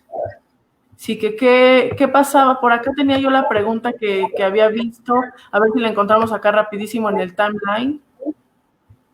Sí, en caso de ser diagnosticado con COVID, que si lo pueden despedir. Pueden despedirte por ser diagnosticado por COVID, ¿no? ¿Verdad? A ver, por favor. No, o sea, pueden, ¿no? Bueno, sí, o sea, uno de que puede hacer mil cosas. No solamente nos encontraríamos ante un despido injustificado, sino también con tintes clarísimos de discriminación. O sea, a ver, ¿te corro porque tienes COVID? Pues no.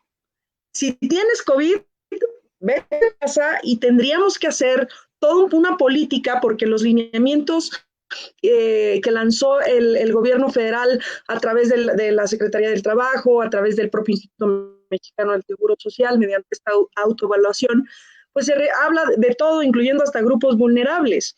Entonces, si tú tienes COVID, te tienes que ir a tu casa. O sea, no es que te tenga que correr ni te deba de correr, no, está prohibidísimo. Está mal el patrón que haga, perdón, el empleador que haga ese tipo de cosas. Está fuera de la realidad. La pregunta es que... No se te oye, Carlita. Ahí ya me oigo. ¿Sí? ¿Ok? Sí. Ya. Que si sí. el empleador, si no lo corre, lo lleva a hacer home office, pero con una disminución de sueldo. Eso tampoco, bueno, desde mi punto de vista, yo pensaría que no es... Caemos en lo mismo que te comenté hace ratito. La disminución de salario no se puede dar, no está permitida, no podemos, ni siquiera estamos en la etapa de suspensión de relaciones laborales, no aplica nada de eso de la Ley Federal del Trabajo, dado que nunca estuvimos o no hemos estado en contingencia sanitaria. Ahora, si el patrón te manda con una reducción de tu salario, es porque tú así también lo conveniste con él. Pero así, por un acto unilateral, que el patrón decida que lo va a hacer, no. El trabajador puede utilizar instancias legales. La Junta de Conciliación y Arbitraje ha estado abierta para inclusive estas negociaciones virtuales. Es un punto a favor de las juntas. Sí hay una representación por parte de los trabajadores, sí pueden demandar, aun cuando ahorita estén suspendidos los términos, tú puedes llegar y presentar ya tu demanda de manera virtual. ¿Qué digo con suspensión de los términos? El trabajador, cuando se dice despedido, tiene 60 días para ejercer una acción en contra de su empleador. Pero estos 60 días, oye, es que a mí me corrieron en marzo y resulta que el 27 de marzo cerraron las juntas y a mí me corrieron el 28, ya no puedo demandar, ese periodo está suspendido. Ya ahorita puedes presentar las demandas virtuales, pero sí lo puedes hacer. O sea, cuando te estén despidiendo, que no te engañen y digan, no, pues es que la junta de aquí a qué habrá. Sí, es cierto, se va a tardar. No, ¿sabes qué? De aquí a que venga, de aquí a que me notifiquen, mejor acepta los 3,000 pesos que te estoy dando y di que fue bien. Entonces, firma, es muy común fírmame aquí tu renuncia, aquí no está pasando nada y lo tenemos que documentar. No, a ver, espérame. Si me estás despidiendo de manera injustificada y la Ley Federal del Trabajo en su artículo 47 te avienta todo un listado de en qué momento es injustificado o no, perdón, cuando es injustificado, perdón, justificado, ya me estoy aquí enloqueciendo, te dice cuando es justificado. Ya me parezco a la taravilla, ya me trabé. Ahí te da una lista en su artículo 47. Si no estás dentro de esos supuestos, es injustificado. Ahora, si te despidieron por COVID, es injustificado, es discriminatorio y debes de demandar. ¿Cuándo yo le voy a ganar a la empresota una demanda laboral? Sí se puede.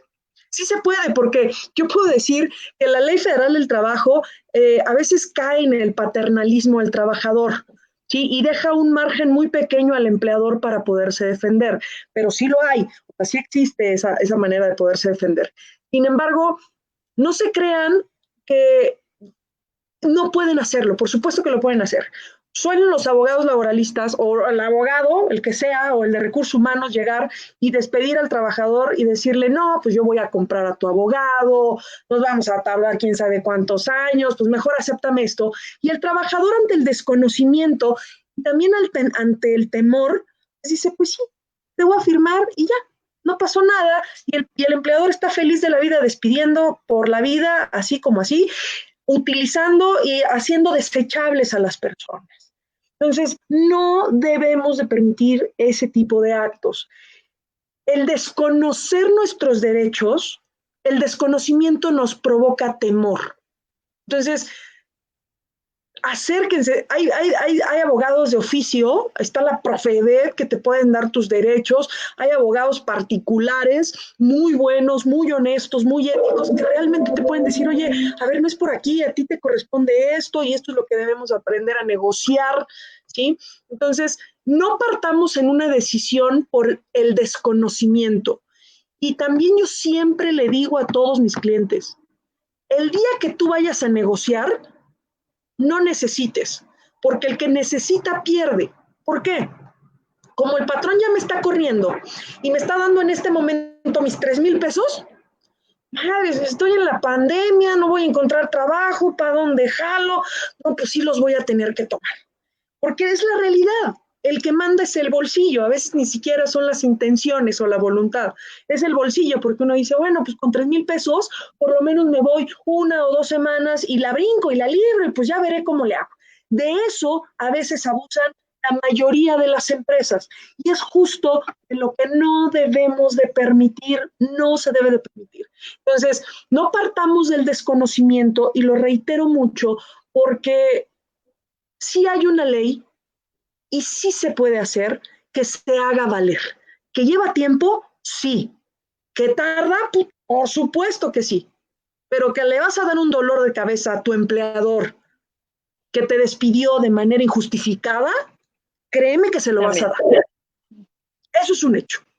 ¿sí? Entonces, más allá de ponernos a ver qué dice este librito de, a ver, ¿dónde está la cámara? Más allá de lo que diga este librito, de si sí o si no, a ver, hazlo valer, porque si tú, trabajador que fuiste despedido injustificadamente, lo haces valer, de verdad va agarrando fuerza el tipo de injusticias que existen. Porque, de verdad, tenemos muchísimas leyes que nos avalan. La inclusión, la discapacidad, o sea, hay muchísimas cosas de qué hablar, muchísimas y dan para muchos temas. Pero el COVID no es no está regulado aquí en la ley que diga, y si tienes COVID, te vas. No, tienes la obligación tú de velar. Aquí quien se va a subrogar a todas tus obligaciones, pues evidentemente es el Seguro Social. Estamos hablando de que si tú eres un patrón correcto y tienes dados de alta a tus empleados en el Seguro Social, pues ¿de qué te preocupa? Órale, ahí está el seguro, ve y utilízalo. Hay que ser humanos, porque al final del día los derechos son para eso, para los humanos. Y ya me enojé. Tráiganle otro coñac a la abogada, por favor. Ya párenle, ¿no? Eso, no, y en ese mismo tenor, antes de que se le suba la bilis a la abogada, yo quisiera ir, mira, andas muy nutrida este día. Yo quisiera ir abonando un poco hacia el cierre de este conversatorio, apuntando sobre los retos de cara. Dicen que ya les dieron ganas de salir a demandar, empoderar. Aquí vamos contra ellos, oigan, ¿no? Que no se pase. Es un comentario bastante peculiar. Es que sí, y hablando un poco del empoderamiento, ¿no? El empoderamiento del trabajador de cara a las situaciones laborales. Creo que es interesante partir de ese, ¿cómo decirlo? De ese respaldo de la ley. Y bueno, y retomando un poco lo anterior, de cara a ya ir haciendo una reflexión sobre la coyuntura en relación a ahorita estas dos especialistas, ¿no?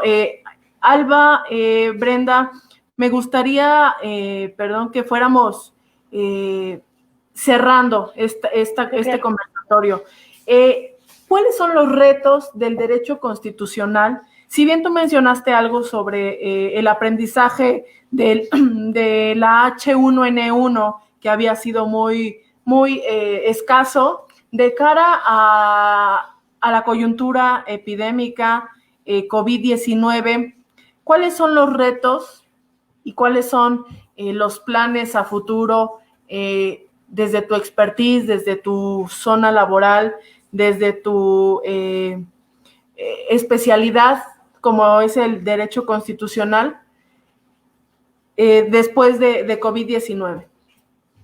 Bueno, pues yo creo que el interés de las personas en materia laboral es muy entendible. Yo creo que son estas partes de...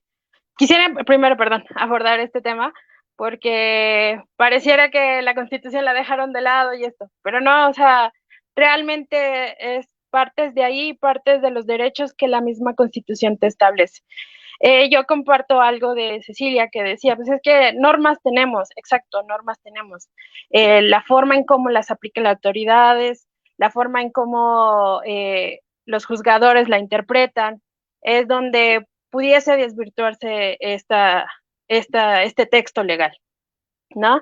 ¿Hacia dónde vamos en materia constitucional? Pues debemos de ir, yo creo, que de manera general a priorizar los derechos de primera necesidad. O sea, el tema de la salud hoy en día nos tiene en jaque a todos, ¿no? No salimos por el temor de ser contagiados y las repercusiones que pudiesen llegar.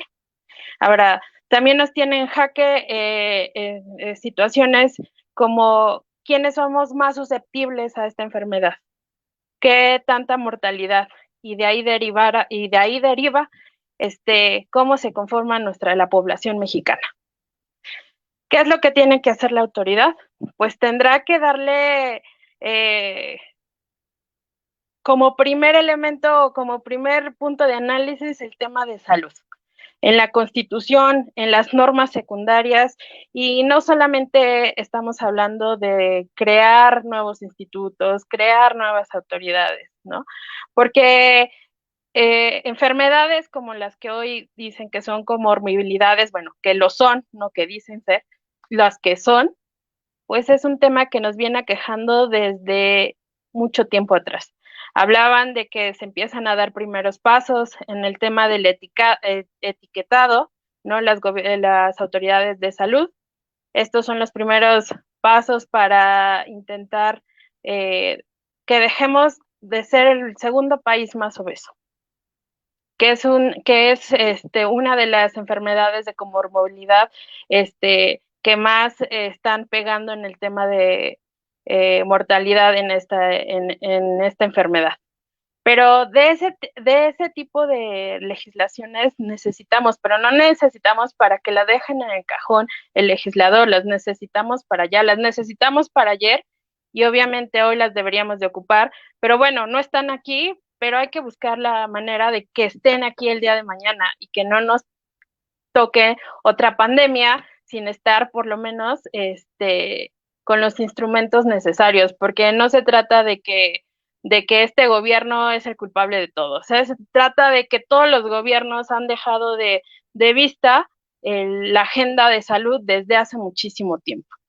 Eso por una parte. Por otra parte, yo creo que en el tema de acceso a la justicia, como bien lo dicen, para todos es un ámbito novedoso el sistema electrónico, aun cuando la ley de amparo, como ya bien lo dijo el juez, ya la preveía. También lo es que muy pocos de nosotros, los litigantes, ocupábamos este medio, nos gusta más la forma personal, ¿no? No sé, yo creo que es una manera más fácil de interactuar o de sentirnos más seguras en el momento, no lo sé. Pero también es necesario, no solamente por un tema de salud, incluso de ecología, o sea, no es lo mismo estar dependiendo de documentos digitales que de irte no sé, a imprimir tu demanda que trae, son 200 hojas, más aparte todas las pruebas, pues yo creo que son esos tipos de pros del sistema de justicia en línea.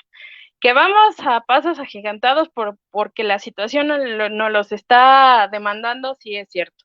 Que en el caso, por ejemplo, de la Corte, lo que está haciendo un elemento para ellos y para todos novedosos, la introducción de demandas, mejor dicho, la admisión de demandas de controversias constitucionales y acciones de inconstitucionalidad a través de medios electrónicos. La ley secundaria no lo prevé, pero ellos a través de una interpretación. Yo creo que son este tipo de acciones que realmente necesitamos, que las normas no solamente sirvan para el beneficio de los gobernantes, sino para los gobernados, que debería de ser lo principal, que justamente le den la vuelta, pero para hacer más accesible la justicia.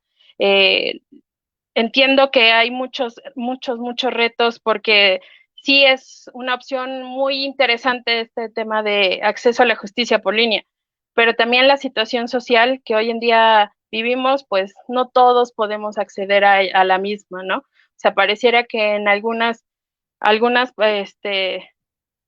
comunidades sigue estando limitada el acceso a la justicia.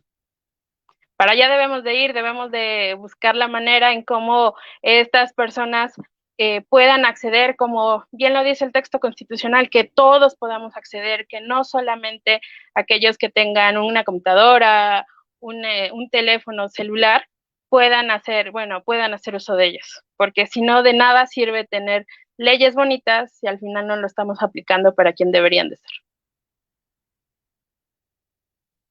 Así es, Brenda, muchas gracias por esa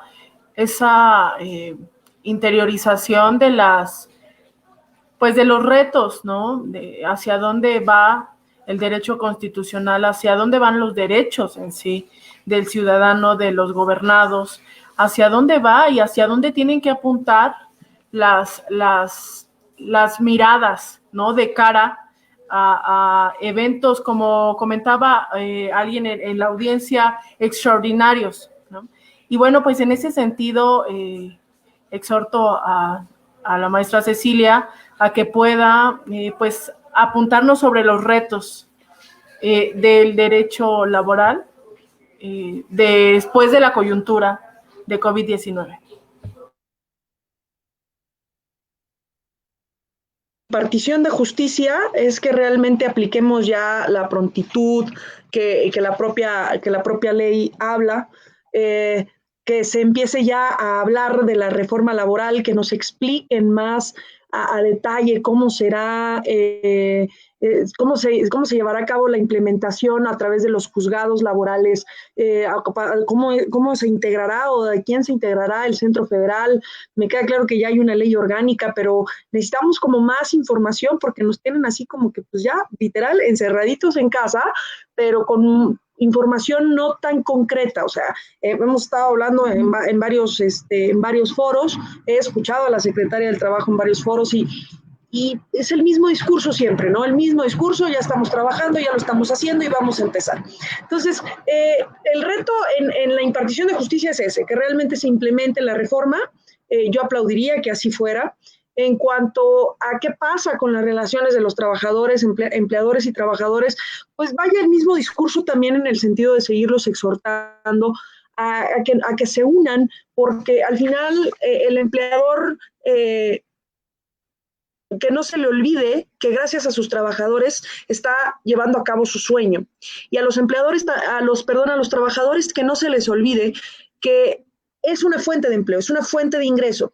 Abracemos mucho la estabilidad que nos da el empleo, todo lo que implica el trabajo, y debemos respetarlo. Si ustedes están de acuerdo y si ustedes hay muchísima comunicación, sabemos de qué va, de qué se trata e informamos, no es que dejemos a un lado la ley, no, ni que la ignoremos, no, pero sí, si entre ustedes existe esa correcta comunicación, el abogado ni siquiera tiene la necesidad de llegar.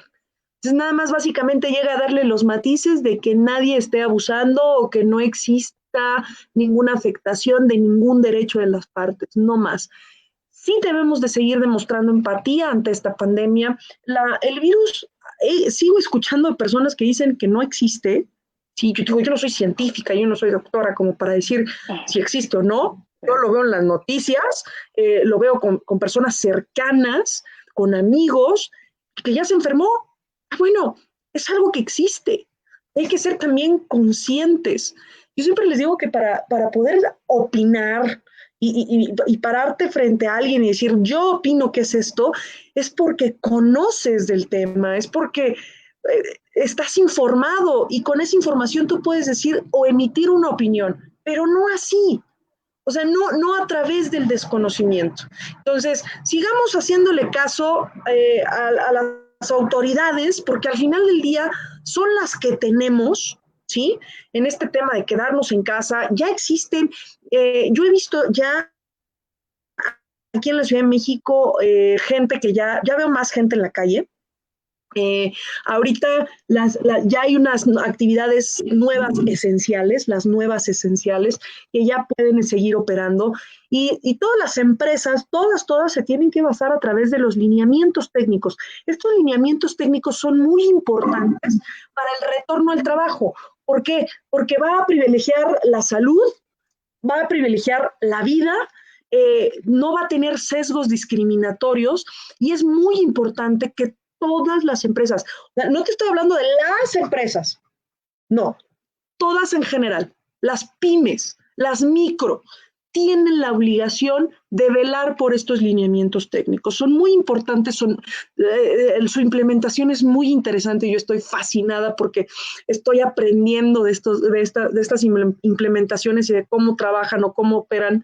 Entonces, no dejemos a un lado la responsabilidad que al final del día como ciudadanos tenemos, que es protegernos, sí, a nosotros mismos, proteger nuestra salud privilegiándola, pero también protegiendo nuestras fuentes de trabajo y nuestros ingresos. Por eso sigo exhortando, y siempre lo voy a hacer, a que haya comunicación entre las partes, porque a veces los abogados, a veces nada más llegamos a destrozar, ¿no?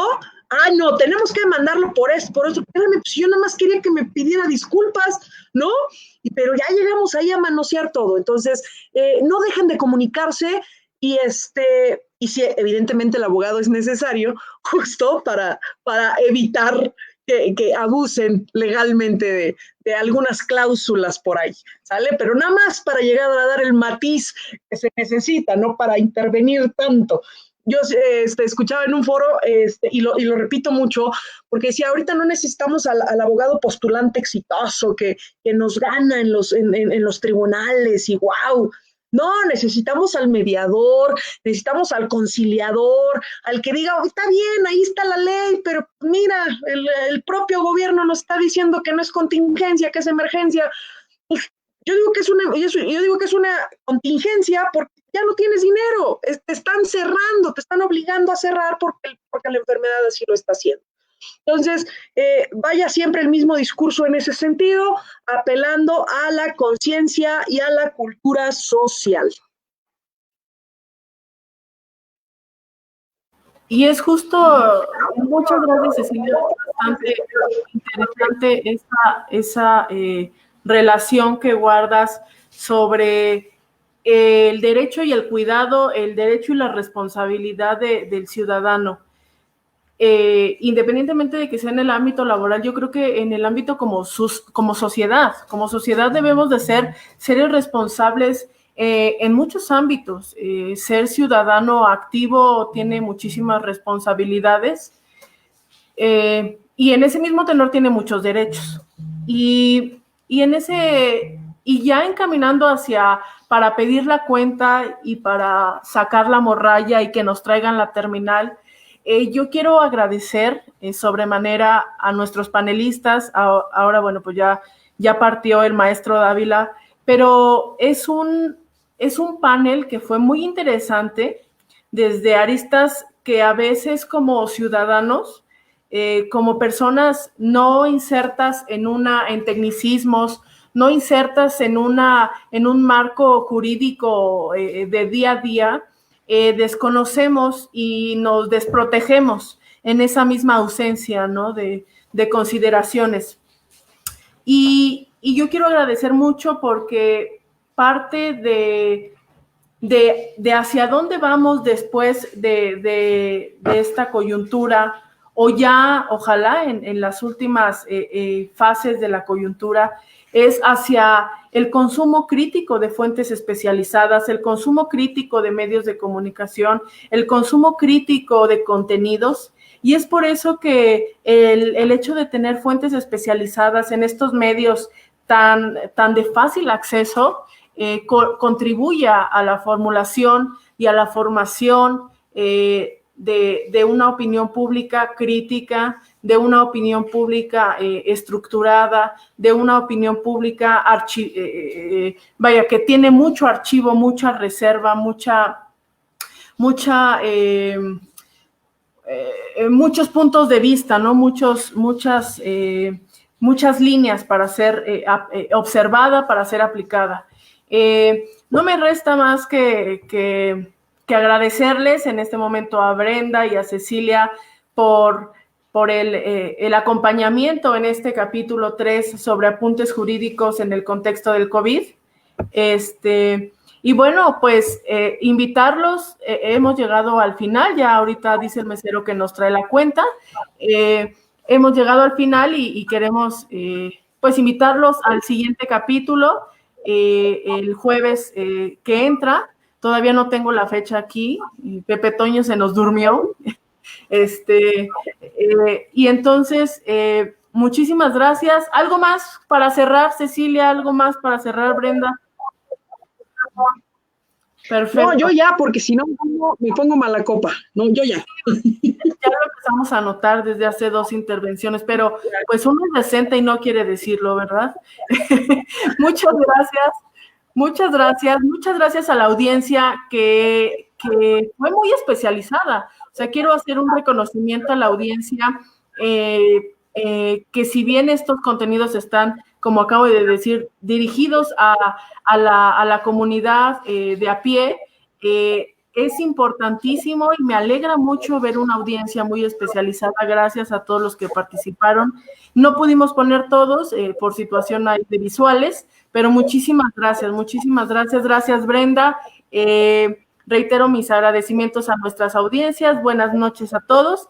Y bueno, seguimos en el Laboratorio de Medios y Opinión Pública. Síganos en nuestras redes sociales.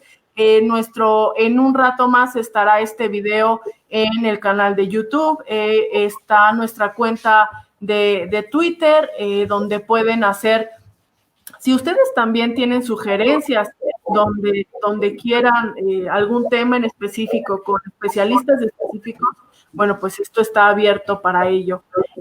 Y pues nada, nos despedimos de esta transmisión y quedamos al pendiente de todo. Un abrazo a todos, sana distancia, quédense en casa y mucho, mucho, mucho amor. Hasta luego.